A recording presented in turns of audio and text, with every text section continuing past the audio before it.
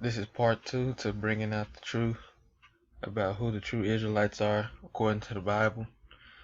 I'm gonna do a quick recap of some of the things I covered in part one.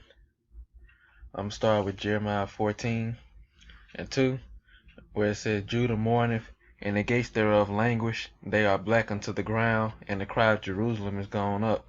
And in my first video I covered in Genesis, the 32 chapter, where Jacob's name was changed to Israel, and one of his sons' name was Judah. That was his fourth son, and it said that Judah was black unto the ground. And what they're saying is we are different shades of brown, because the brown, the ground is talking about the dirt, and the dirt has different shades of brown. So in Daniel's 10:5, I'm down to 6, it gives you a description of what the Lord looks like, and it tells you that he is a dark-skinned man. It says, Then I lifted up my eyes and looked, and behold, a certain man clothed in lining, whose loins was girded with fine gold of Uphaz, talking about what he had on. His body was like the beryl, and his face as the appearance of lightning, and his eyes as lamps of fire, and his arms and his feet in the color to polished brass. And the color of polished brass is it's a brownish color. So Daniel was saying that he looks like a dark-skinned man, and the voice of his words like the voice of a multitude, meaning he spoke with authority. And a precept to that is Revelations 1 and verse 13. In the midst of the 7 candlesticks, one like unto the Son of Man, clothed with a garment down to the foot, and girt about the paps with a girdle. His head and his hairs was white like wool, as white as snow, and his eyes were as a flame of fire. So that already kills the white man doctrine, because they show the image of Jesus. He has blonde hair with blue eyes. That's already wrong. It says his hair was white like wool, and that hair that the white Jesus have, that's stringy hair.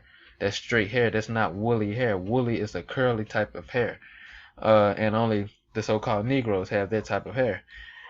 Verse 15, and his feet were like unto fine brass, as if they were burnt in the furnace. And brass is a brownish color, and burnt in the furnace, anything pretty much burnt in the furnace is going to be a a dark color, a very dark color. So John gave the account that he was a dark-skinned man, and his voice as the sound of many waters, meaning he spoke with authority.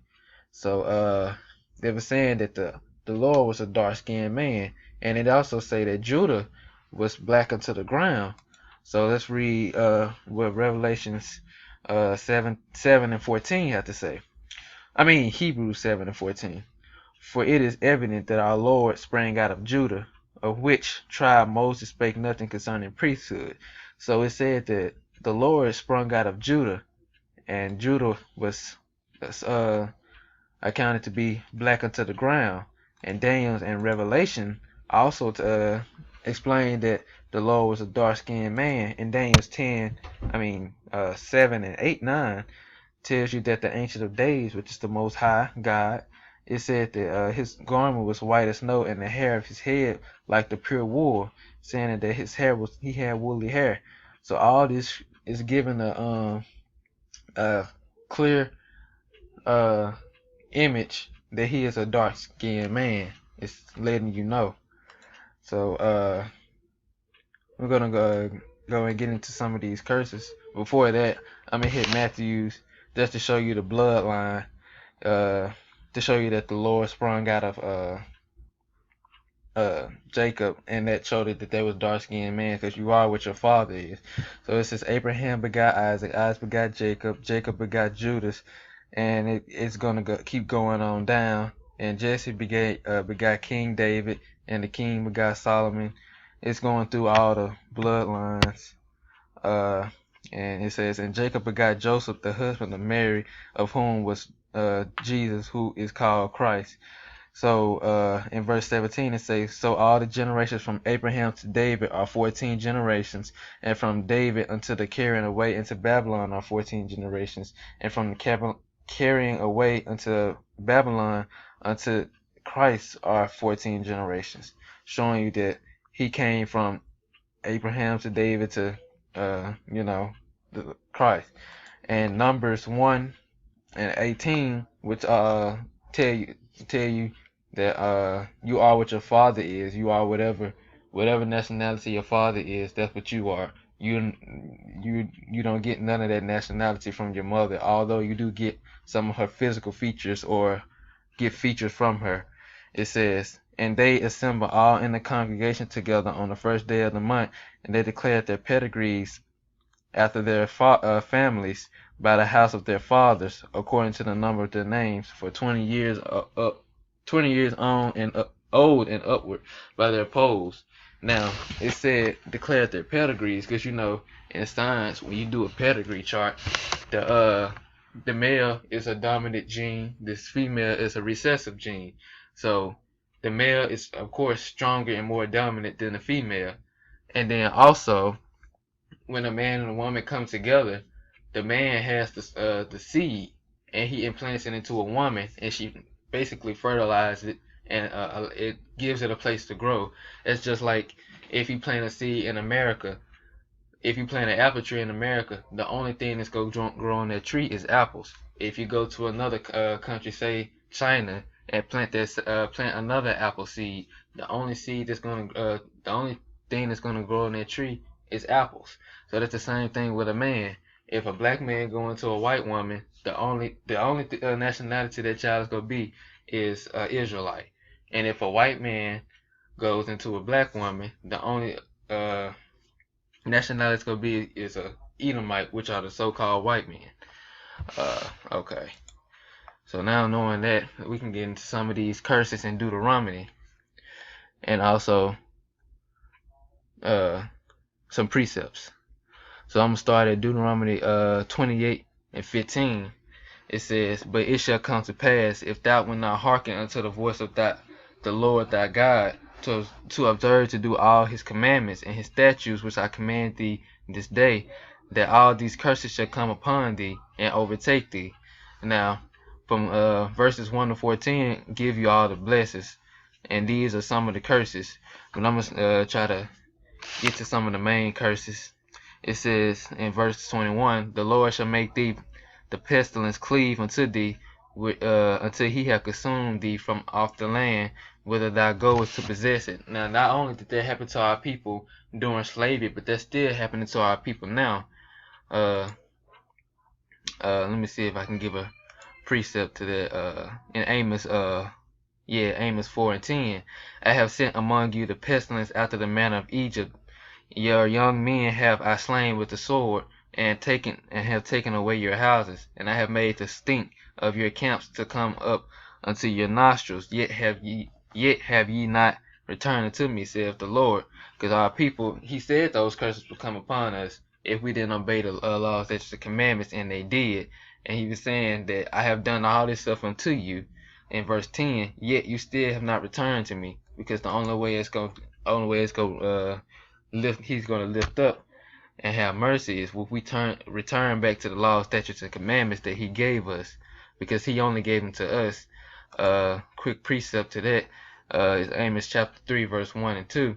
"Hear this word that the Lord has spoken against you, O children of Israel," talking about all of us that's come from Israel, "against the whole family which I brought up from the land of Egypt, saying, You only have I known of all the families of the earth. Therefore I will punish you for all your iniquities." That's why all those curses are for us. That's why the law, statutes, and commandments is for us. That's why the Bible is about us. Because he said, "You only have I known of all the families of the earth. Therefore I will punish you for all your iniquities." This is a precept to also explain how God don't care about the other nations, and we're the only nation that he cares about. So I'm going to go to Isaiah 40 and 15, and it says, "Behold, the nations are as the drop of the bucket, and are counted as small dust of the balance." Now, if you're carrying a bucket of water and it's filled up to the top, and you know it's heavy because you're kind of struggling carrying it, and a little drop of water fall out, you're not going to care about that because you still got a whole bucket. You're not going to care about that. That's what the Most High is saying. Behold, the nations are as a drop of a bucket, and are counted as small dust of the balance. Behold, he taketh up the isles as a very little thing. And Lebanon is, we jump down to verse 17. All nations before him are as nothing. They are counted to him less than nothing and vanity, showing you that he don't care about them. And I'm going to jump to the Apocrypha, which are the books that were taken out of the original Bible, because in the King James Version Bible, the 1611, the Apocrypha was originally in it. And also a couple of certain letters wasn't invented yet, like the letter J. It wasn't invented until the 1500s. So the 1611 is more accurate than the regular King James Version Bible. But this is 2nd Ezra 6 and 56. It says, as for the other people which also come of Adam, thou hast said that they are nothing, but be like unto spittle, and hast likened the abundance of them unto a drop that falleth from a vessel, which is a good precept to Isaiah 40 and 15, showing you that he don't care about the other nations. He only care about his people. And that's why all this stuff is for his people. So I'm gonna jump back to Deuteronomy 28. 28. It says, "Thou shalt betroth a wife, and another man shall lie with her." That happened during slavery. Our people had wives, and the slave master came and took them and laid with them whenever they wanted to, and nothing happened. In Deuteronomy 28:37, it says, "And thou shalt become an astonishment, a proverb, and a byword among all nations, where the Lord shall lead thee." And that's happened to us because we are called colored, we are called black, African Americans, Negroes, coons, any other proverb and byword that you can think of that that pertains to our people. They call us all these type of names, and that's not who we are. We're most definitely not African Americans. Black too. They call us all these different types of names. I'm going to skip down to 48, where it says, "Therefore shalt thou serve thy enemies, which the Lord shall send against thee in hunger and in thirst and in nakedness and in want of all things. And he shall put a yoke of iron upon thy neck until he have destroyed." Now this happened to our people during slavery. They put yokes of iron around our necks, chains. That happened to our people during slavery. And it says, "The Lord shall bring a nation against thee from afar, and from the end of the earth, as swift as an eagle flieth, a nation whose tongue thou shalt not understand." Because we were speaking we weren't speaking English at the time. That's something that we taught when we were taught when we came over here. We weren't speaking English at that time. Trying to get on to the point before the video cut off. It says in 28:58, "If thou wilt not observe to do the words of this law that are written in this book, that thou mayest fear this glorious and fearful name, the Lord thy God, then the Lord will make thy plagues wonderful, and the plagues of thy seed, even great plagues, and of long countenance, and sore sickness, and of long countenance," happening to our people.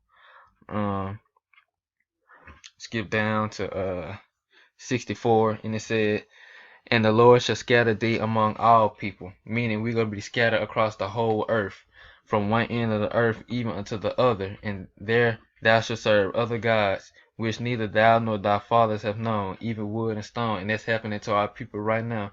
We in other countries serving other gods, not serving the one true power. He said that had happened to us, and that it happened.